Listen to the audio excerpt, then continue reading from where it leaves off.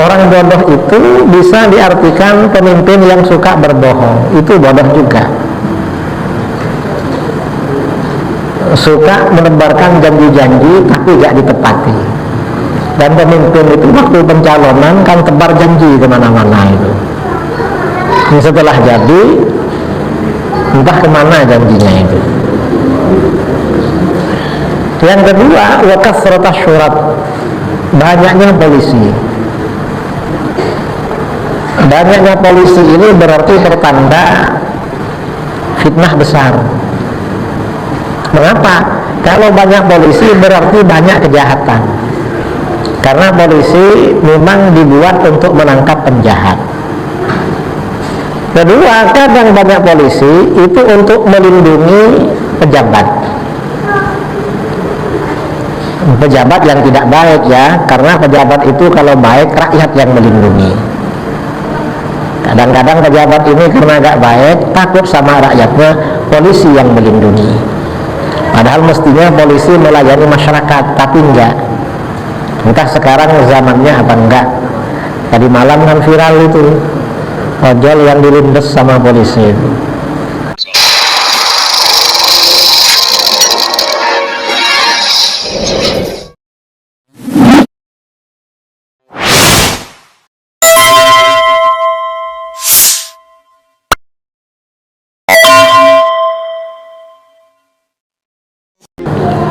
Allahumma sholli ala sayyidina Muhammadin al-Fatih al-Ma'ud wal khatim lima sabaqa nasrul haqq bil haqq wal hadi ila shiratal mustaqim wa ala alihi wa sahbihi haqqa qadrihi wa qadarihi al-azim. Amma ba'du.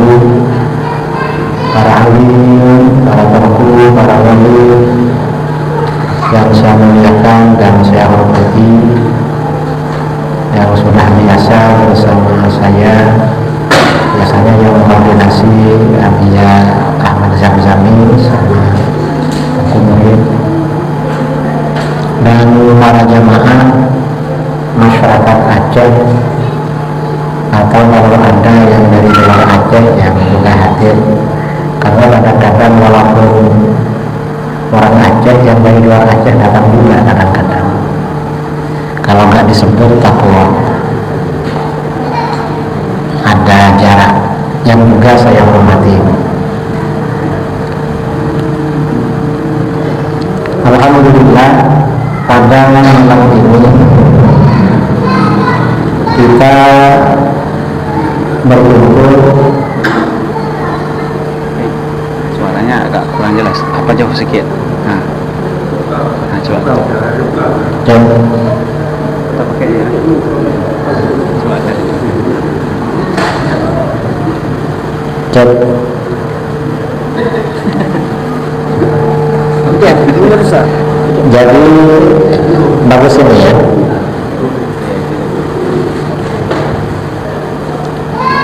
Kita berkumpul mungkin setahun yang lalu di Kopi Bintang, di Bintang Kopi ya. Apa?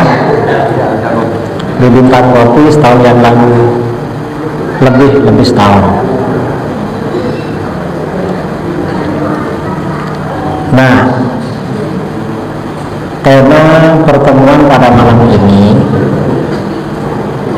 tentang perjalanan Ahlus Sunnah wal Jamaah dari masa ke masa. Tentunya yang lebih fokus itu pada masa sekarang.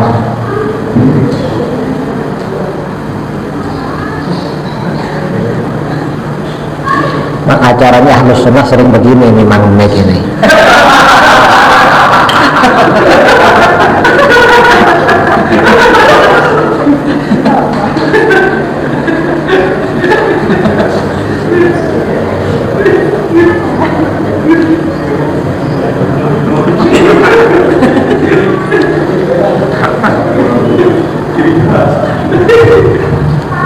Saya kemarin keliling di Selangor, Pahang, Kelantan, kemudian Thailand. Kebetulan yang menemani saya dari Kuala Lumpur itu orang Aceh. Udah 3 kali. Nah, ini.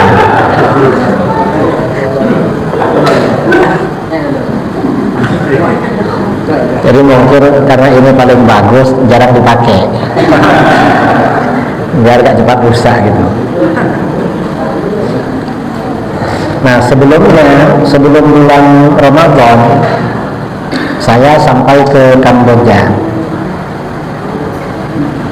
Tentu saya keliling-keliling itu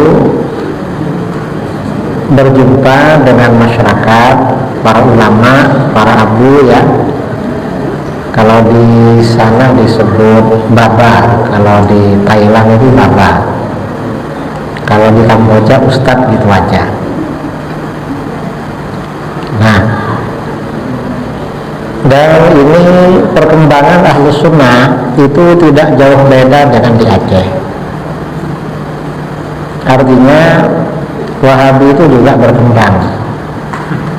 Orang-orang di luar Ahlus Sunnah itu berkembang juga di Malaysia maupun Thailand.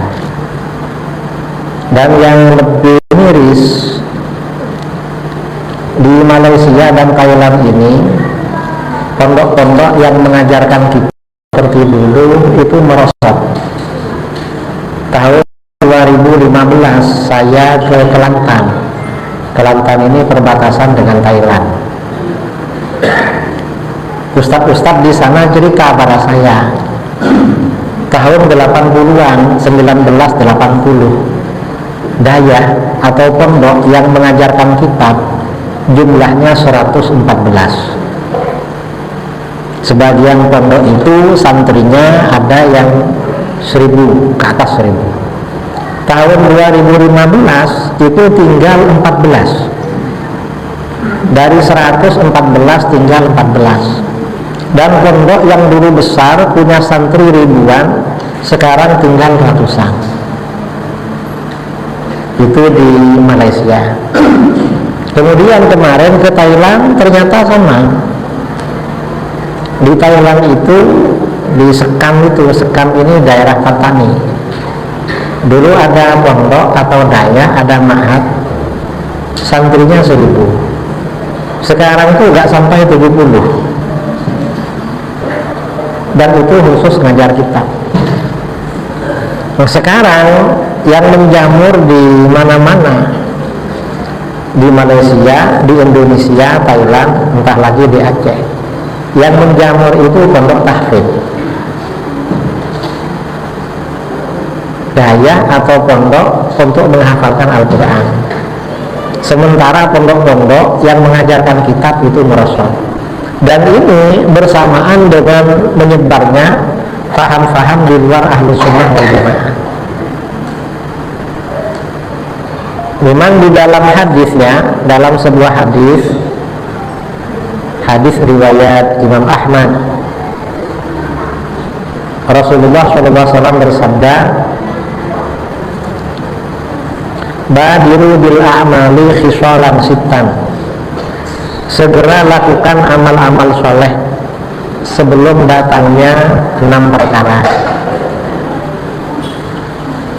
Sebelum 6 perkara ini datang, yang rajin beramal soleh, jangan tunda-tunda. Mengapa? Karena kalau 6 perkara ini datang, kemungkinan 2, kata para ulama. Pertama, mungkin kamu gak sempat beramal soleh karena fitnahnya besar. Yang kedua, mungkin kamu beramal soleh tapi susah diterima oleh Allah, tidak diijabah oleh Allah. Nah, 6 perkara ini apa saja? Yang pertama, imaratus sufaha, kepemimpinan orang-orang bodoh. Orang bodoh jadi pemimpin. Orang bodoh itu artinya apa? Orang bodoh ini bisa orang yang gak ngerti agama. Karena orang gak ngerti agama kan bodoh. Bisa juga yang dimaksud orang bodoh ini Safih itu kalau di dalam kitab fikih itu orang yang menghambur-hamburkan hartanya. Kalau dia menjadi pemimpin, dia menggunakan uang negara bukan untuk semestinya, bukan untuk kesejahteraan rakyat, mungkin dikorupsi, di apa begitu. Ini bodoh. Ya orang bodoh ini macam-macam, kadang nggak bisa baca Quran. Kan di Aceh waktu mau pilgub calon gubernur dites baca Quran kan, hasilnya nggak lancar semua katanya. Calonnya ini nggak lancar baca Quran, nggak lancar calon-calon ini. Ini kepemimpinan orang-orang bodoh. Kemudian di dalam hadis lain, kepemimpinan orang bodoh itu bisa diartikan pemimpin yang suka berbohong. Itu bodoh juga. Suka menebarkan janji-janji tapi gak ditepati. Dan pemimpin itu waktu pencalonan kan tebar janji kemana-mana itu. Ini setelah jadi entah kemana janjinya itu. Ini kepemimpinan orang-orang bodoh. Kemudian yang kedua, ini entah kepemimpinan orang-orang bodoh ini sekarang sudah masanya apa belum kira-kira. Yang kedua, wa kasratas syurat, banyaknya polisi. Banyaknya polisi ini berarti pertanda fitnah besar. Mengapa? Kalau banyak polisi berarti banyak kejahatan. Karena polisi memang dibuat untuk menangkap penjahat. Kedua, kadang banyak polisi itu untuk melindungi pejabat. Pejabat yang tidak baik ya, karena pejabat itu kalau baik rakyat yang melindungi. Kadang-kadang pejabat ini karena gak baik, takut sama rakyatnya, polisi yang melindungi. Padahal mestinya polisi melayani masyarakat, tapi enggak. Entah sekarang zamannya apa enggak. Tadi malam kan viral itu ojol yang dilindas sama polisi itu, meninggal ya. Ini polisi. Kemudian kadang-kadang polisi ini menjadi backing kejahatan. Ini biasanya dalam sebagian negara, entah di mana itu, penjahat itu kalau kecil dikejar-kejar polisi, tapi kalau besar dilindungi oleh polisi.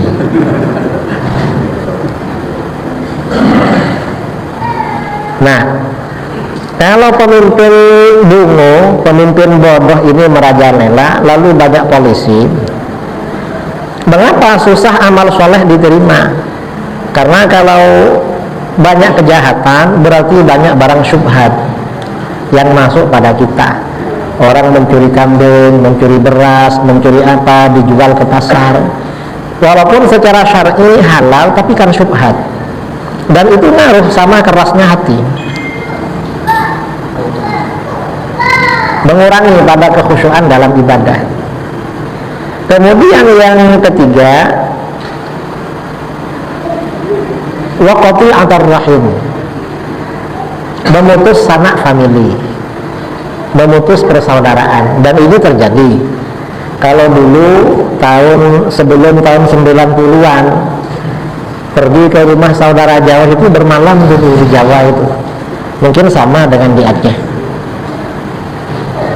Saudara yang jauh-jauh pergi ke rumahnya bermalam. Kalau sekarang ini kadang dengan sepupu nggak nyambung, nggak silaturahmi. Apalagi 2 pupu, apalagi 3 pupu, cepat hilang sekarang. Kadang begitu orang tuanya meninggal, anak-anaknya pada berantem. Ini namanya qati'atur rahim. Artinya apa? Ini semuanya peringatan semua pada kita. Kemudian yang keempat, wabai'ul hukmi, jual beli hukum. Jual beli hukum ini ya termasuk jual beli keputusan pengadilan. Ini memang terjadi ya, karena katanya biasa jual beli pengadilan. Artinya ya sudah gak ada hakim yang adil karena bisa dibeli. Kita kan sering ya hakim MK, hakim MA, ternyata uangnya banyak sekali. Jual beli hukum. Kemudian wastighfafan biddam, menganggap enteng. Ini seperti peristiwa GAM di dulu ya, Aceh, yang itu sudah lama. Kemudian kalau yang baru, yang kilometer 50, kemudian penonton sepak bola di Kanjuruhan di Malang yang mati lebih 100. Mana ada orang nonton sepak bola yang mati banyak sekali? Oh, bukan perang.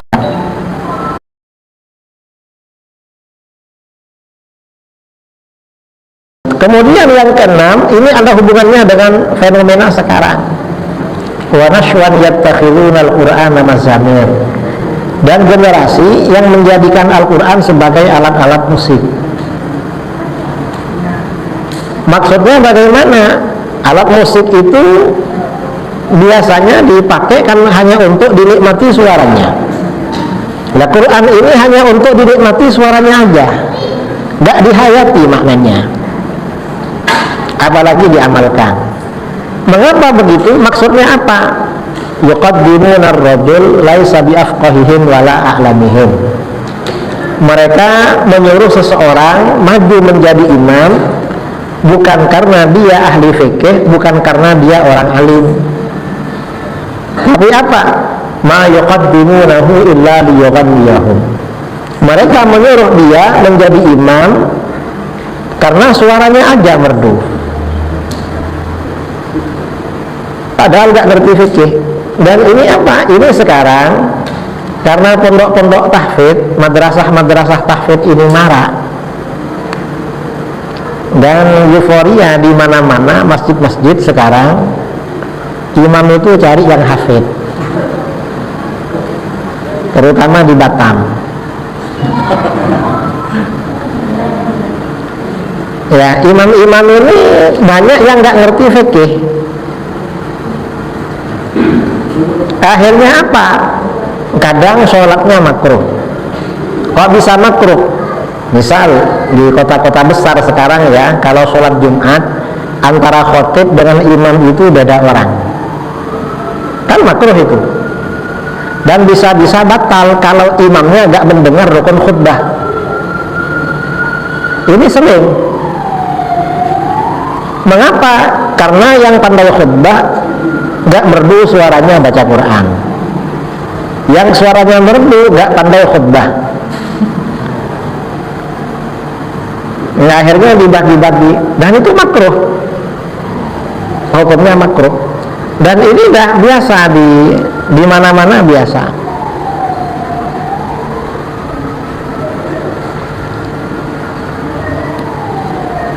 Kadang-kadang satu masjid batal gara-gara imam yang merdu.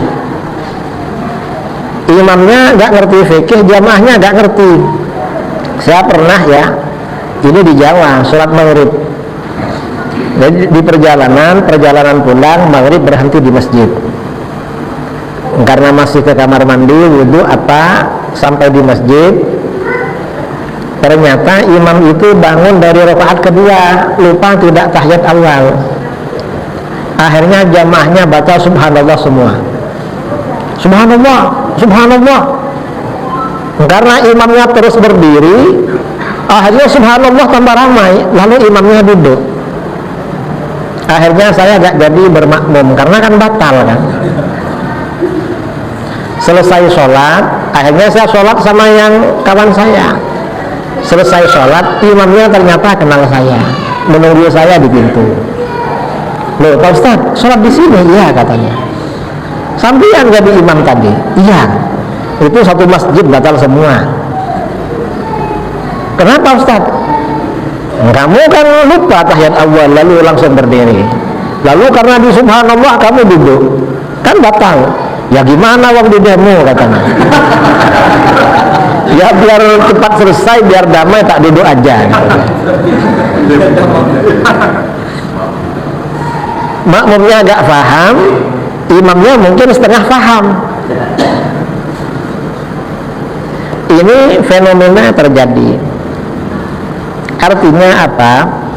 Memang ya, pondok-pondok, dayah-dayah yang mengajarkan kitab-kitab seperti di Aceh, seperti Pondok Mudi, pondoknya Abu Tumin, Pondok Petakrung, atau di mana-mana, itu perlu dilestarikan.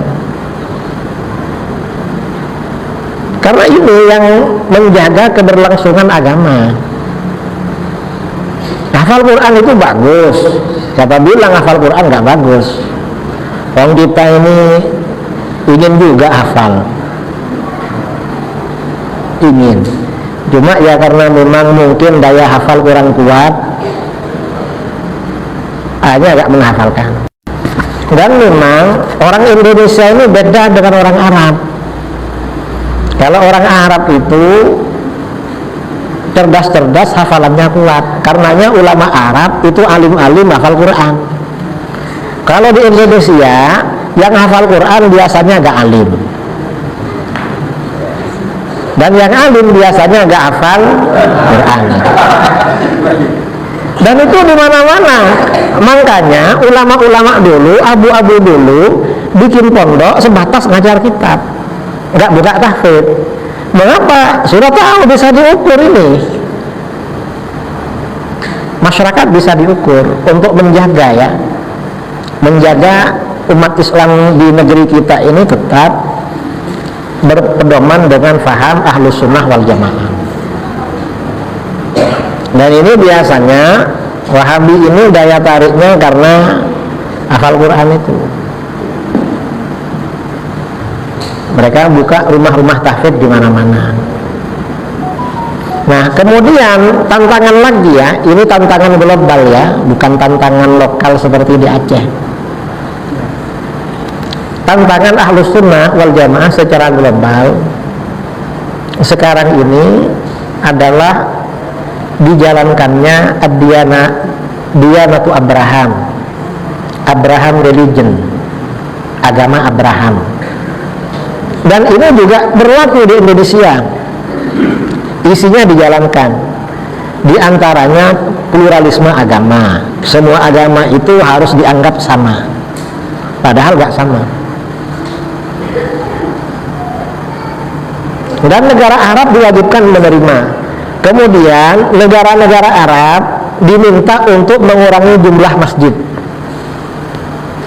Karenanya sejak beberapa tahun kemarin di Mesir itu banyak masjid-masjid dibongkar. Kemudian juga permintaan suara azan itu cukup di dalam masjid, gak boleh keluar. Beberapa tahun lalu pernah ada Menteri Agama membicarakan suara azan terlalu nyaring. Padahal dari dulu begitu. Mengapa? Ini berarti ya ikut ini programnya Amerika sama Israel, Abraham religion. Dan ini suara azan itu hanya di dalam masjid dijalankan di Saudi. Di Saudi Arabia dijalankan. Kemudian juga pengurangan kurikulum agama.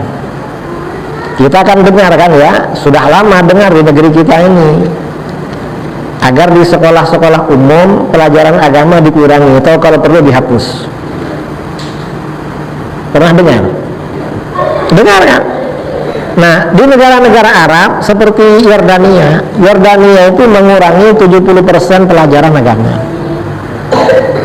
Padahal negara Arab. Kemudian negara-negara Arab juga dipaksa menerima budaya-budaya barat. Makanya Saudi mengundang artis-artis Hollywood Saudi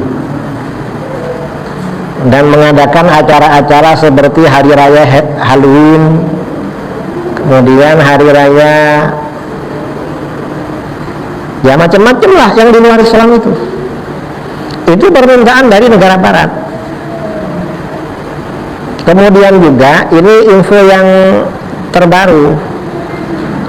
Dari dulu kan orang-orang kafir itu kan nggak bisa masuk ke dua tanah suci, tanah haram Mekah dan Madinah. Ini info terbaru, ternyata orang kafir itu bisa memiliki aset yang ada di Mekah dan Madinah, seperti rumah, hotel atau apa gitu, dan diterima infonya. Ini tantangan juga bagi Ahlus Sunnah wal Jamaah. Dulu sebelum tahun 2018 ya, kalau kita pergi haji atau umrah, itu petugas imigrasi di Arab biasanya laki-laki, dan orang Arab biasanya pakai cadar, sampai kita penasaran kayak apa hidungnya orang Arab. Nah, sekarang ini kalau kita pergi haji atau umrah, petugas imigrasi udah perempuan semua. Itu bagian dari program Abraham Religion. Dan orang Arab sudah bebas sekarang. Orang Arab Saudi itu laki perempuan nggak pakai, perempuan ya keluar nggak pakai kerudung biasa. Kan sudah ada pertunjukan di Saudi. Dulu kalau kita ke tanah suci, pertokoan di sekitar Masjid Nabawi, Masjidil Haram, penjaganya laki-laki semua. Sekarang dah laki-laki perempuan. Kalau kita turun dari hotel mau ke Masjidil Haram, toko-toko di bawah yang jaga dah perempuan-perempuan Arab, sudah gak pakai cadar, memang pakai kerudung tapi rambutnya kelihatan di Arab. Ini artinya apa? Ini tantangan. Tantangannya apa? Ini bukan hanya keluar dari aswaja yang begini. Ini khawatir ya, yang perlu dijaga ke depan ini bagaimana agar anak-anak kita tidak kufur. Karena fitnah akhir zaman ini, fitnah akhir zaman bukan lagi aliran sesat, tapi aliran kufur. Makanya di dalam hadis-hadis itu, hadis akhir zaman, riwayat Imam Muslim, badiru bil a'mali fitanan kaqita'il lailil muzlim. Segera lakukan amal-amal soleh sebelum kedahuluan fitnah-fitnah, di mana fitnah-fitnah itu bagaikan potongan-potongan malam yang gelap. Artinya membingungkan. Kok potongan-potongan malam yang gelap? Malam itu di satu daerah kalau gelap kita agak bingung, tinggal bilang jangan ke sana tuh gelap, atau terang, nggak bingung. Yang susah kalau remang-remang, mau dibilang gelap kayak ada sinarnya, mau dibilang terang ada gelapnya. Nah, yang remang-remang itu kan bahaya kalau dimasuki. Nah, ini maksudnya apa? Ini maksudnya ada orang-orang yang dianggap tokoh di dalam agama, dianggap panutan, tapi pernyataannya keluar dari agama. Itu namanya fitnah yang membingungkan. Akibatnya apa? Yang gelap-gelap ini, remang-remang, yumsir rajulu mu'minan wa yusbihu kafiran. Seseorang sorenya masih beriman, besoknya berubah menjadi kafir. Kadang paginya beriman, sorenya berubah menjadi kafir. Orang itu cepat berubah. Ini kaitannya dengan akidah. Akidahnya bukan keluar dari aswaja, tapi keluar dari Islam. Mengapa menjadi kafir? Yabi'ur rajul dinahu bi'aradun minad dunya qalil. Seseorang menukar agamanya dengan benda dari dunia yang sedikit. Artinya ada yang bayar. Ini kan faham-faham di luar Islam yang dipaksakan masuk bagian dari Islam. Ini tantangan Ahlus Sunnah yang lebih berat. Karena kalau ikut Wahabi, ikut Syiah, itu kan sesat aja, masih Islam. Tapi kalau ini murtad, na'udzubillah min dzalik. Ini tantangan-tantangan ya perjalanan Ahlus Sunnah. Artinya apa? Di akhir zaman ini kita kalau ingin selamat, tiap-tiap orang itu harus punya dasar-dasar ilmu. Karena kalau kita ini hanya mengikuti figur, mengikuti seorang tokoh, khawatir gak tahan fitnah. Gak tahan fitnah, dia berubah. Jadi orang tuh harus punya ilmu di akhir zaman. Dan ilmu agama itu bahasa Arab. Makanya memang perlu ya di kita ini, anak-anak kita ini masuk ke daerah-daerah di pondok-pondok. Ini kalau orang Aceh di sini ada beberapa pondok milik orang Aceh yang mengajarkan kitab-kitab itu. Kalau nggak dikirim ke Medan atau ke Aceh, itu perlu. Walaupun nggak semuanya, mungkin sebagian. Jangan disekolahkan semua. Dan orang Aceh ini di Indonesia selalu menjadi tokoh dari dulu. Saya keliling di Amerika dan Kanada. Warga Indonesia itu kumpul-kumpul, kalau nggak di masjid, biasanya di rumahnya orang Aceh di Amerika. Ini rumahnya siapa? Orang Aceh Kiai katanya. Dan orang Aceh betul, tapi sudah anak cucu di sana. Saya tanya, berapa lama di sini? Alhamdulillah Kiai 40 tahun katanya. Ada yang sudah 50 tahun di sana. Sejak muda. Tapi memang kerja, bukan lari jam apa itu, bukan. Memang kerja dan menetap jadi orang Amerika, jadi orang Kanada. Nah, ini barangkali prolog ya, sebelum kita buka forum tanya jawab.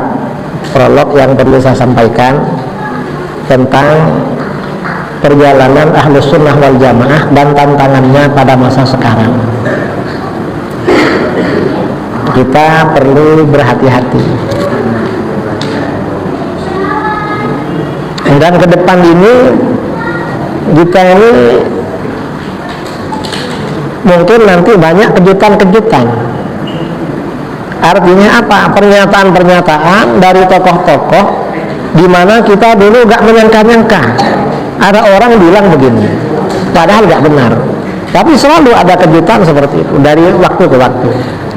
Dan itu biasanya ada yang bayar. Tokoh-tokoh begitu itu ada yang bayar. Kalau yang terakhir ini, yang sekarang mulai redup kan masalah nasab. Masalah nasab. Tapi sekarang dah mulai redup. Entah setelah ini kira-kira masalah apa. Dan ini informasi ya, untuk tahun ini penerimaan santri pondok-pondok di Sumatera, di Jawa itu merosot hampir 50%. Pondok yang tahun kemarin menerima santri baru 250, tahun sekarang nggak sampai 150. Itu pondok-pondok. Mengapa? Karena memang ada kampanye terselubung agar orang nggak suka pondok, nggak suka dayah itu. Yang diviralkan itu biasanya kasus-kasus macam-macam yang nggak bagus itu. Karenanya kita ke depan ini harus semakin memperkuat ya persatuan masyarakat Aceh, masyarakat Islam ini, apakah itu Permasa, Pastafi atau dan lain-lain ya, setiap persatuan. Mengapa? Karena persatuan itu berjamaah itu kuat. Kalau kita ini sering ngumpul-ngumpul, insya Allah kita bisa bertahan di dalam Ahlus Sunnah wal Jamaah. Kalau jarang ngumpul-ngumpul, itu khawatir nanti itu tergerus, terpengaruh. Nah ini saya kira yang perlu kita bicarakan tentang perjalanan Ahlus Sunnah wal Jamaah. Kalau perjalanan lokal Aceh ya gitu-gitu aja, paling Pastafi NTT di mana-mana. Saya kira itu, dan mudah-mudahan Allah menguatkan abu-abu kita ya, para abu oleh Allah, para ulama kita diberikan kekuatan oleh Allah untuk selalu membimbing kita semuanya. Amin Allahumma amin. Waktu saya kembalikan kepada MC, mungkin ada dialog seperti biasanya. Assalamualaikum warahmatullahi wabarakatuh.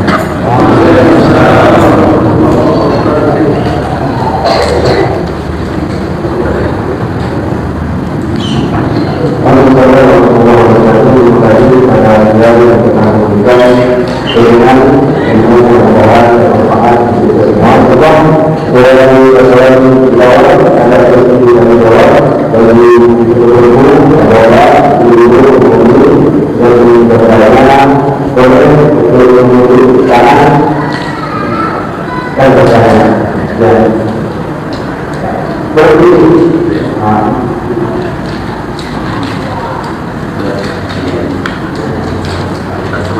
warahmatullahi wabarakatuh. Saya pakai akan saya buat saya mengikuti pakaian yang alhamdulillah sampai mulai dari tahun 2003 alhamdulillah sampai mengikuti untuk memanfaatkan baik dalam perjalanan alhamdulillah sampai saya yang sampai membuatkan asli saya, jadi saya orang bumi, saya besar di Orang Jawa, tak kira orang Aceh.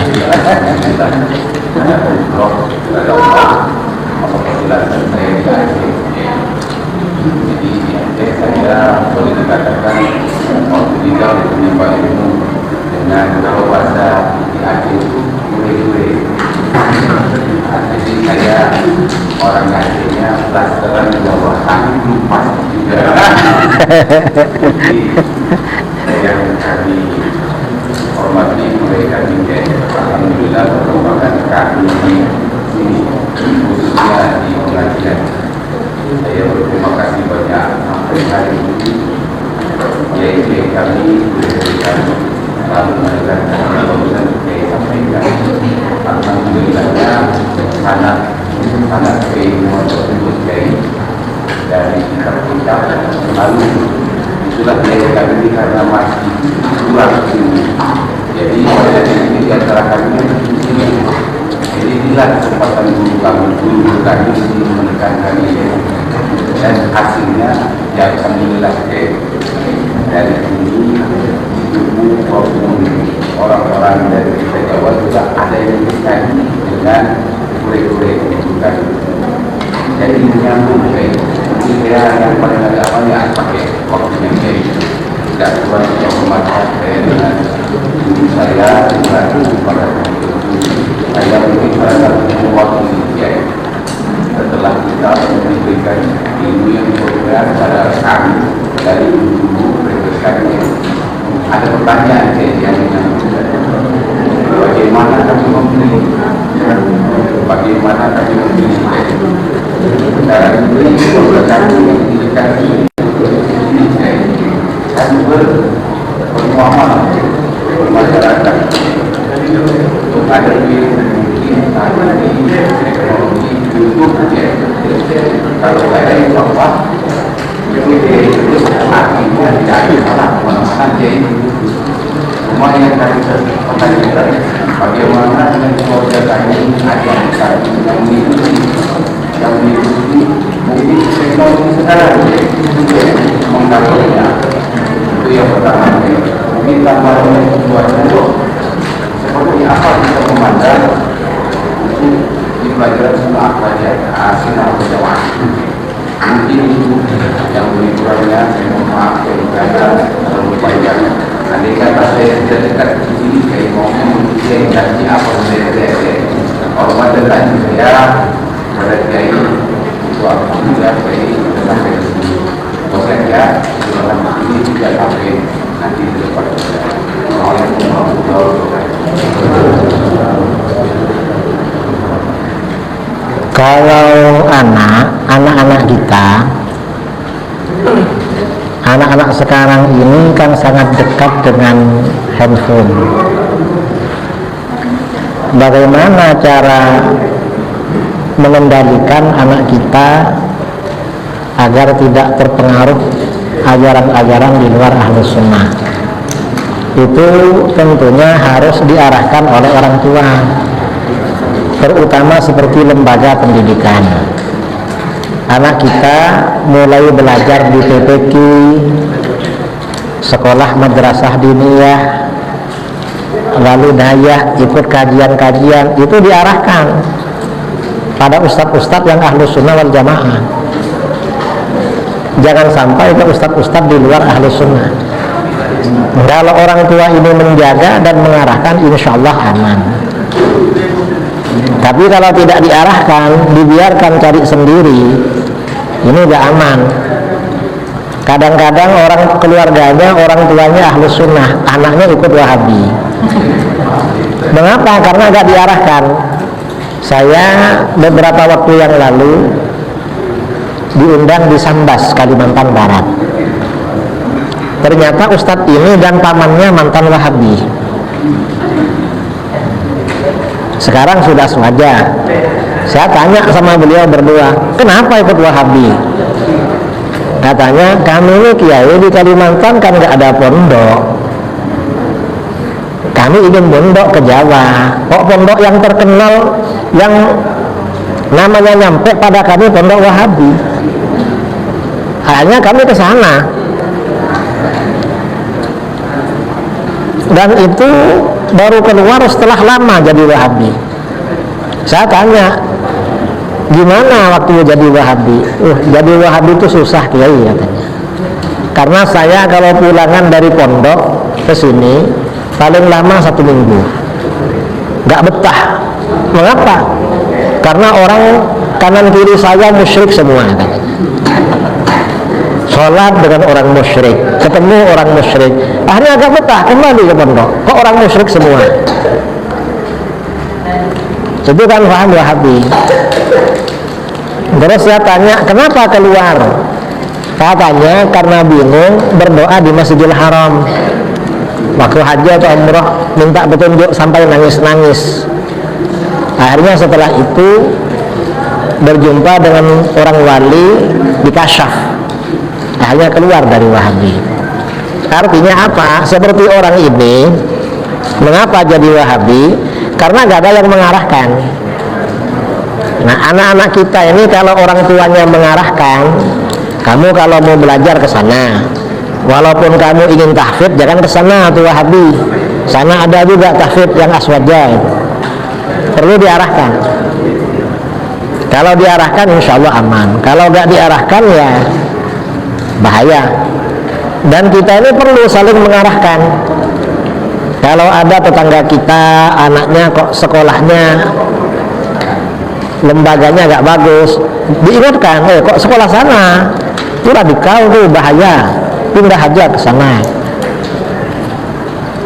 Kalau diarahkan insya Allah aman itu. Kalau nggak diarahkan ya, apalagi disuruh cari sendiri, akhirnya ya bahaya itu. Itu pertanyaan yang pertama. Yang kedua apa tadi? Karena lebih panjang narasinya dari pertanyaannya tadi. Jadi mungkin Wahabi ya, kita tampil mirip-mirip kalau kita yang mungkin mau dibawa dengan cuek atau dengan guru atau dengan kiai, nama kiai, tapi kita ini kan ada sebagian yang memang masyarakat sendiri agak susah mengeluarkan. Jadi melihat fenomena itu, ya kebanyakan Wahabi itu diakui aswaja. Tapi insya Allah kalian di sini semua bisa paham. Jadi perbedaan itu ya, yang dilihat perbedaan itu yang punya menyolong. Nah, jadi memang perlu ya masyarakat itu dikasih tahu perbedaan aswaja dengan Wahabi, itu perlu.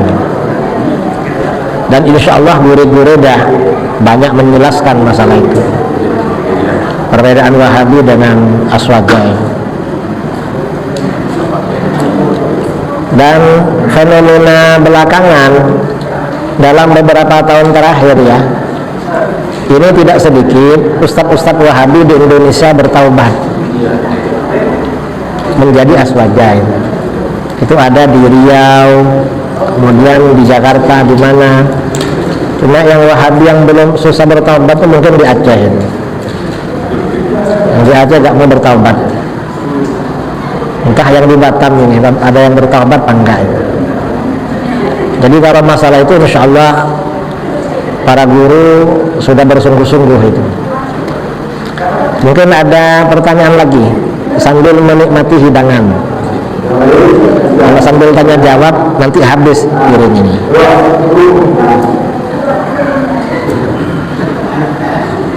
Assalamualaikum warahmatullahi wabarakatuh. Assalamualaikum warahmatullahi wabarakatuh. Nama saya Muhammad Effendi. Saya termasuk jemaah juga. Saya ingin bertanya, simpel saja, tidak menguraikan tentang masalah Islam ini. Ini cuma ingin mengetahui tentang perbedaan di antara tiga firqah yang dekat sekali dengan Ahlussunnah Jamaah. Antara tiga firqah itu yang mana? Maka dari Mu'tazilah atau Qadariyah? Itu pertanyaan pertama. Yang kedua, saya ingin menanyakan tentang masalah paham Syiah.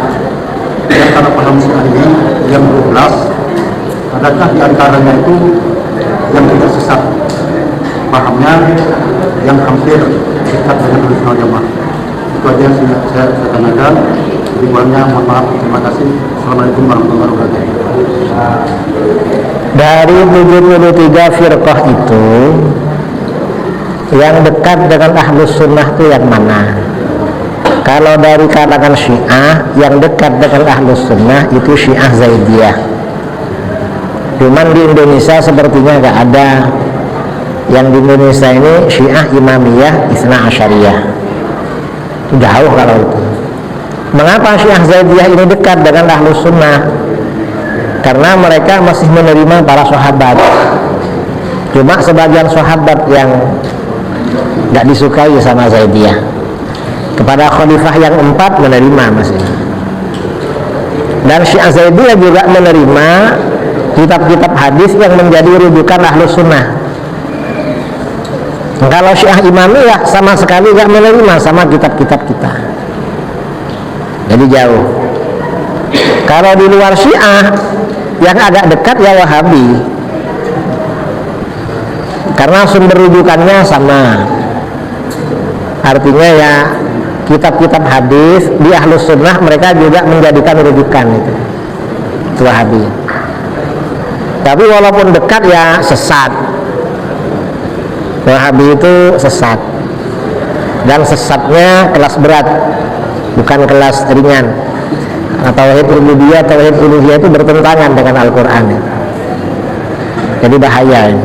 Maaf Pak Kiai, ini ada penjelasan. Saya pernah buka di YouTube salah satu dari ulama kita yang mungkin saya kasih tahu lah ya. Dia mengatakan di antara paham Syiah itu ada yang tidak sesat. Apakah memang begitu atau memang sebutnya daripada saya itu adalah sesat?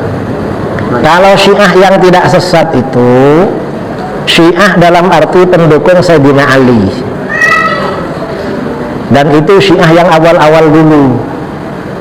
Pada waktu Sayyidina Ali berkonflik dengan Khawarij atau berkonflik dengan penduduk Syam. Kan Syiah itu secara bahasa kan pengikut dan pendukung Syiah. Kalau orang Aceh biasanya ikut PAS, ya. Ikut apa? Itu Syiah, Syiahnya PAS, Syiahnya apa? Jadi Syiah yang dulu yang nggak sesat itu, dan itu oleh orang dianggap Ahlus Sunnah masih.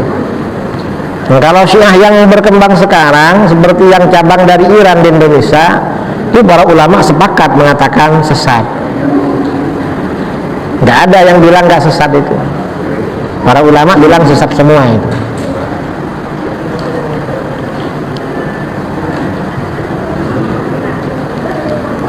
Jadi itu. Kalau yang dari 73 ini kan barusan nyebut 2. Ini disebutkan 2 karena memang yang berkembang sekarang kelompok di luar Ahlus Sunnah ya Wahabi, Syiah Zaidiyah, Syiah Imamiyah, Syiah Ismailiyah, Khawarij, Ibadiyah. 5 ini sekarang yang berkembang. Mungkin yang 70 itu ada tapi kecil-kecil sehingga kita agak kenal itu. Gak kenal ya, kalau kenal ya berarti sesat gitu. Dan aliran sesat ini banyak, bukan sedikit. Jadi begitu. Terakhir, pertanyaan terakhir.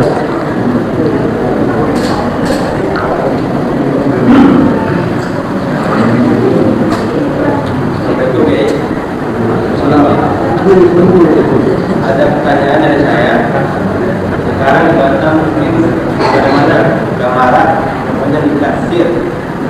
nikah siri ini sudah banyak kejadian di proses Indonesia.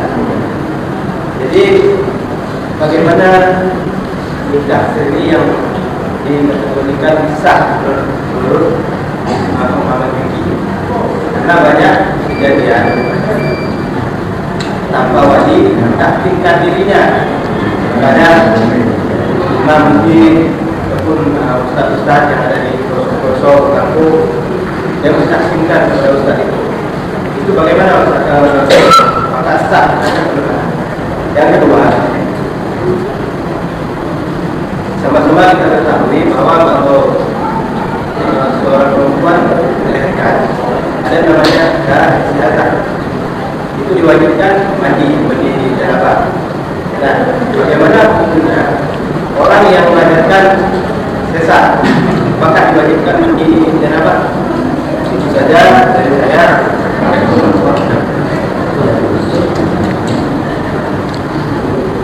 Nikah sir atau kawin sirriyah. Nikah sir itu asalkan memenuhi syarat hukumnya sah, dan itu solusi agar orang tidak berzina, dan itu bagus. Nikah sir itu artinya apa? Ada yang mengartikan nikah sir itu nikah yang tidak didaftarkan ke KUA, usir namanya. Ada yang mengartikan nikah sir itu nikah yang gak ada walimah. Itu hukumnya bagaimana? Ya kalau memenuhi syarat sesuai mazhab-mazhab yang ada itu gak apa-apa. Kalau mazhab Syafi'i syaratnya harus ada wali, ada saksi. Itu mazhab Syafi'i. Kalau walinya jauh, misalnya di Aceh, anaknya perempuan kerja di Batam, atau ada anak Medan, anak Minang, perempuan kerja di Batam, lalu orang Aceh mau dan nggak mungkin pulang ke sana, lalu tahkim pada tengku di sini, ya ada apa-apa begitu. Kalau alasan karena jauh, kan sah memang secara fikih. Cuma kadang-kadang ya yang begini-begini ini harus dipastikan nggak punya suami. Yang repotnya kadang-kadang orang Indonesia kerja di Malaysia, di Johor, di Indonesia punya suami, sampai di Johor ngaku nggak punya suami, kawin. Habis itu pindah ke Melaka, lalu kawin lagi. Habis itu pindah kerja ke Kedah, kawin lagi. Nah yang itu yang perlu hati-hati. Itu kalau menurut mazhab Syafi'i tadi itu sah ya. Jadi gak apa-apa selama sah. Bahkan kata para ulama, siapapun harus wajib menghindari zina.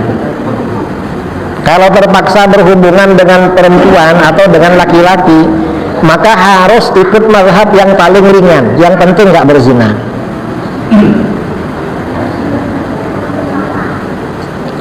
Tadi mazhab Syafi'i. Nah kalau yang lebih ringan itu mazhab Hanafi. Kalau Hanafi cukup saksi dua, nggak perlu wali. Jadi pokoknya suaminya atau istrinya cari laki-laki dua, saksikan ya saya mau kawin sama ini, langsung akad sudah. Ya akad langsung kalau Hanafi. Dan itu muktamad kan, mazhab kan diterima kan, diterima. Ya ada mazhab yang lebih murah lagi dari itu, mazhab Dawud Zahiri. Itu gak perlu wali, gak perlu saksi. Cuma kalau di dalam kitab-kitab fikih Syafi'i syaratnya harus janda. Jadi kalau janda itu tanpa wali, tanpa saksi gak apa-apa. Mengapa? Karena kalau janda kan sudah second. Jadi gak apa. Itu mazhab Dawud Zahiri. Cuma kalau di kitab Zahiriyah nggak ada persyaratan harus janda. Yang ada di kitab Syafi'iyah. Saya ini hanya cerita ya, ini bukan rekomendasi untuk diamalkan, enggak. Kalau melakukan jangan karena ceramah saya, jangan. Tanggung jawab sendiri. Ini kan pertanyaannya pertanyaan ilmiah, bukan. Tapi bagaimanapun ya, misalnya kita di sini ada perempuan dari Medan, yang laki-laki dari Jawa, bukan suami istri kok akrab, nasihati biar kawin. Dah kamu tak kawinkan, nanti tahkim ke saya, gitu aja. Biar gak berdosa, biar selamat saudara kita itu.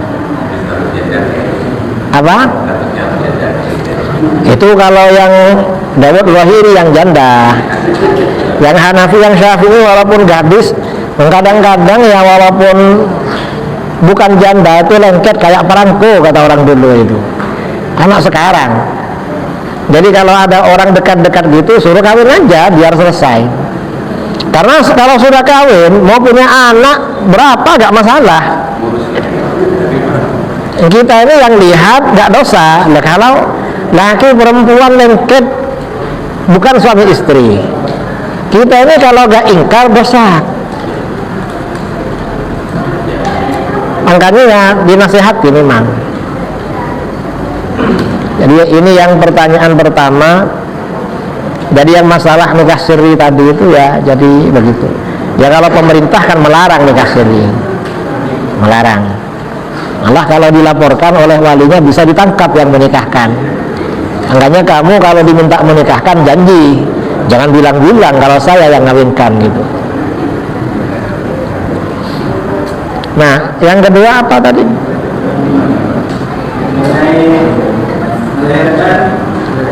Oh, yang operasi sesar apa wajib mandi? Ya tetap wajib, karena setelah itu keluar darah kan.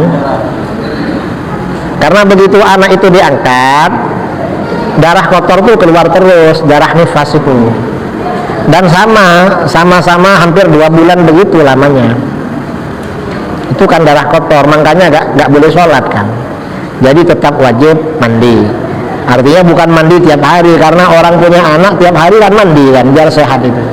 Maksudnya mandi yang dari janabat itu tetap wajib.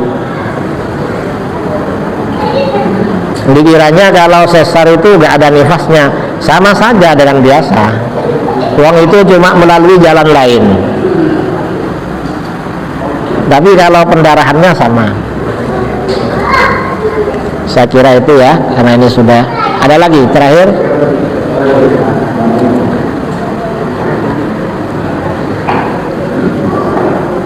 Assalamualaikum warahmatullahi wabarakatuh. Assalamualaikum warahmatullahi wabarakatuh. Nama saya Arya.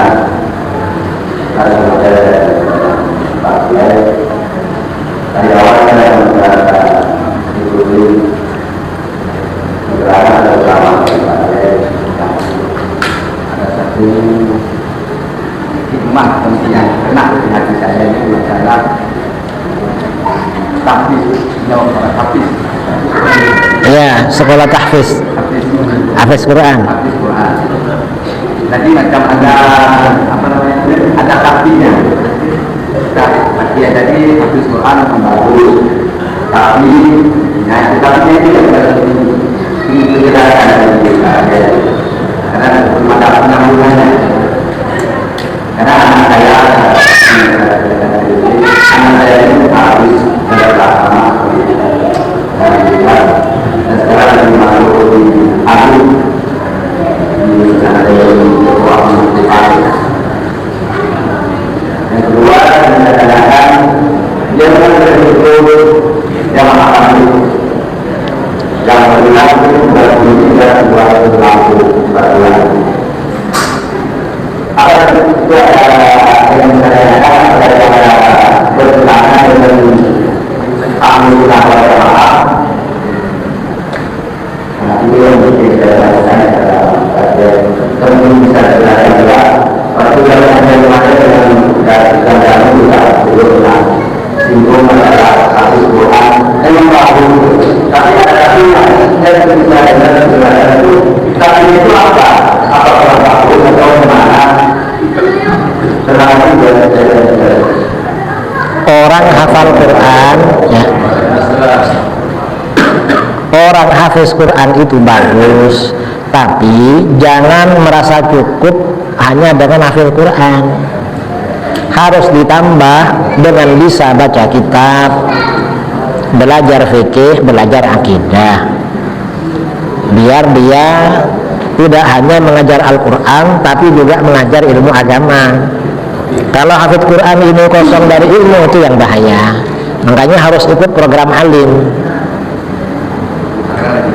Iya, harus. Jadi, dan hafidz Quran ini ya wajib ada, karena fardu kifayah memang itu. Jangan sampai gak ada yang hafal Quran. Dan kadang-kadang anak-anak pondok, anak-anak dayah yang gak hafal Quran jadi imam itu kadang kurang bagus juga. Mengapa? Kadang sholat yang mestinya agak panjang yang dibaca pendek-pendek. Contohnya, ini anak dayah, anak pondok menjadi khotib Jumat, waktu khutbah berapi-api. Begitu menjadi imam, rakaat pertama baca surat Al-Kafirun, rakaat kedua surat Al-Ikhlas. Loh, kok baca itu? Kok gak baca yang agak panjang? Pandai jawabannya loh. Al-Kafirun ini baca sekali sama dengan seperempat Al-Quran. Al-Ikhlas sepertiga. Ini tinggal dikit muhatam ini. Ini saking nggak hafalnya ya. Kadang-kadang malas juga menghafal surat yang agak panjang-panjang. Nah, akhirnya Al-Kafirun terus kalau jadi imam sama Al-Ikhlas. Iya, saya kadang-kadang ya sholat Jumat di mana? Khatibnya itu Ustaz di pondok di Dayah. Waktu khutbah berapi-api. Begitu jadi imam pendek sekali suratnya. Walaupun nggak hafal tapi jangan terlalu pendek. Agak panjang dikit lah gitu. Memang sama-sama ada kekurangannya ya. Saya begini, ini waktu ke Habib Zain dulu sama Abi Zahrul umroh di Madinah ke Habib Zain. Terus Habib Zain ini mengkritisi anak pondok pakai bahasa Arab, masa jadi imam surat Al-Kafirun terus sama Al-Ikhlas katanya. Walaupun nggak hafal ya begitu katanya, agak panjang lah dikit. Kata nggak tahunya ternyata beliau tahu fenomena di Indonesia itu. Artinya ya sama-sama ada kekurangannya. Jadi begitu. Saya kira ini ya. Itu yang pertama, yang kedua satu. Saya kira jamaah tabligh itu positif. Kalau jamaah tabligh yang asli, yang cuma sekarang jamaah tabligh itu pecah. Ada Syura Alami yang pusatnya Pakistan, lalu ada yang Nizamuddin, pusatnya India. Karena sejak ijtima Bangladesh mungkin 10 tahun yang lalu pecah sampai sekarang. Dan di Indonesia ini, kalau di Jakarta ada yang, kalau yang Syura Alami pusatnya Ancol, kalau itu Ngebin, Kebon Jeruk. Kalau pondoknya satunya Temboro, satunya Kerincing, Payaman. Tapi kalau secara akidah sama-sama Ahlus Sunnah wal Jamaah. Gak apa-apa, aman lah, aman. Iya. Taman saya keluarin anak saya. Tidak ada apa-apa, khurut dan biasa lah. Dan saya kira jamaah tabligh itu juga banyak positifnya. Karena di kampung-kampung di mana ramai jamaah tabligh, masjidnya itu hidup. Yang nggak ada jamaah tabligh, biasanya zuhur asar itu muazzin itu azan, iqamah, lalu sholat sendirian. Karena makmumnya masih ada di sawah, kadang imamnya di sawah. Itu di Jawa, entah di Aceh mungkin sama ya,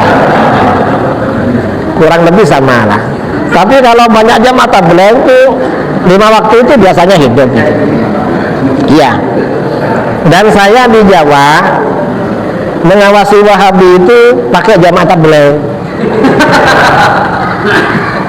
Karena jamaah tabligh kan sering ke rumah. Saya tadi kemarin malam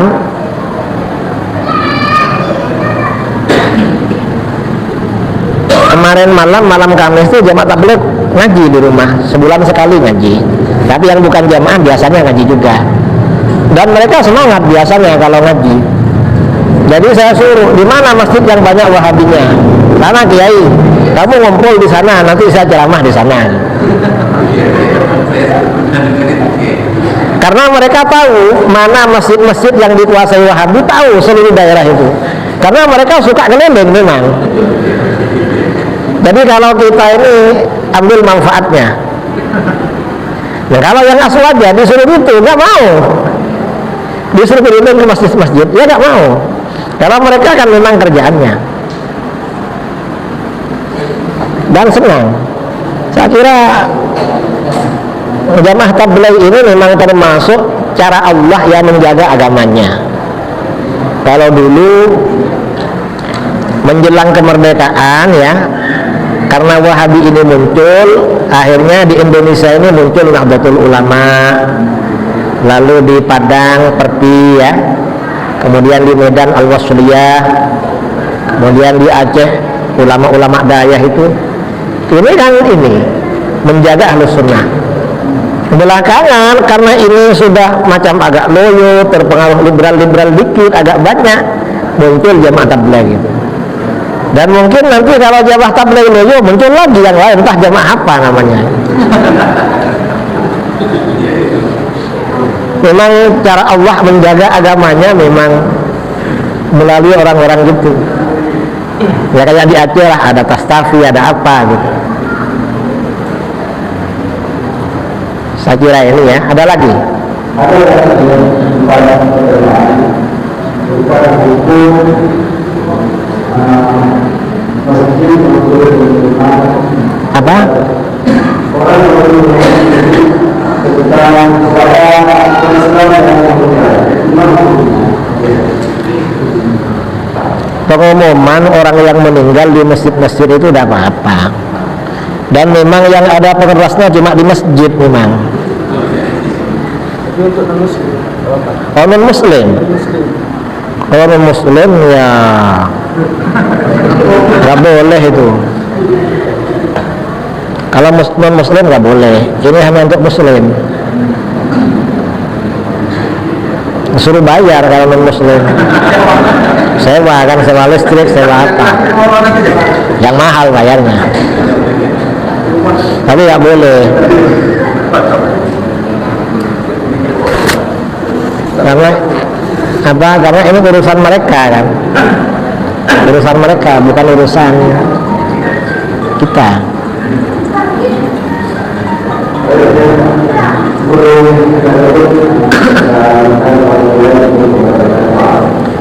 Mari kita doa bersama ya. Bismillahirrahmanirrahim. Alhamdulillahirabbil alamin. Hamdalillah wa ni'mahu wa mazidan. Ya Rabbana lakal hamdu kama yanbaghi li jalali wajhika wa li sultanik. Subhanaka la nuhsi thana'an 'alaika anta kama asnayta 'ala nafsik. Wa lakal hamdu hatta tarda wa lakal hamdu idza radita wa lakal hamdu ba'da ridha. Allahumma shalli 'ala sayyidina Muhammadin salatan tunjina biha min jami'il ahwali wal afat wa taqdi lana biha jami'al hajat wa tutahhiruna biha ya sayyi'at wa tarfa'na biha laka a'la darajat وتبلغنا بها وصلنا من جميع الخيرات في الحياة وبعد الممات وعلى آله وصحبه وسلم. اللهم آتنا في الدنيا حسنة وفي الآخرة حسنة وقنا عذاب النار. ربنا هب لنا من أزواجنا وذرياتنا قرة أعين واجعلنا للمتقين إماما. اللهم قسم لنا من خشيتك ما يحول بيننا وبين معصيتك ومن طاعتك ما تبلغنا به جنتك ومن اليقين ما تهون به علينا مصائب الدنيا. اللهم متعنا بأسماعنا وبصارنا وقوتنا ما أحييتنا واجعله الوارث منا واجعل ثأرنا على من ظلمنا وانصرنا على من عادانا ولا تجعل مصيبتنا في ديننا ولا تجعل الدنيا أكبر همنا ولا مبلغ علمنا ولا تسلط علينا من لا يرحمنا. اللهم اجعلنا واهلنا واولادنا وتلاميذنا من اهل السنه والجماعه ولا تجعلنا واياهم من اهل البدع والضلاله. اللهم اجعلنا واهلنا واولادنا وتلاميذنا من أهل العلم والخير ولا تجعلنا وإياهم من أهل الشر والضير. اللهم اغفر لنا ذنوبنا ولوالدينا وارحمهم كما ربونا صغارا، ولمشايخنا وأصحابنا وأحبابنا وذوي الحقوق علينا، ولجميع المؤمنين والمؤمنات والمسلمين والمسلمات الأحياء منهم والأموات. وصلى الله على سيدنا محمد النبي الأمي وعلى آله وصحبه وبارك وسلم تسليما كثيرا. سبحان ربك رب العزة عما يصفون وسلام على المرسلين والحمد لله رب العالمين.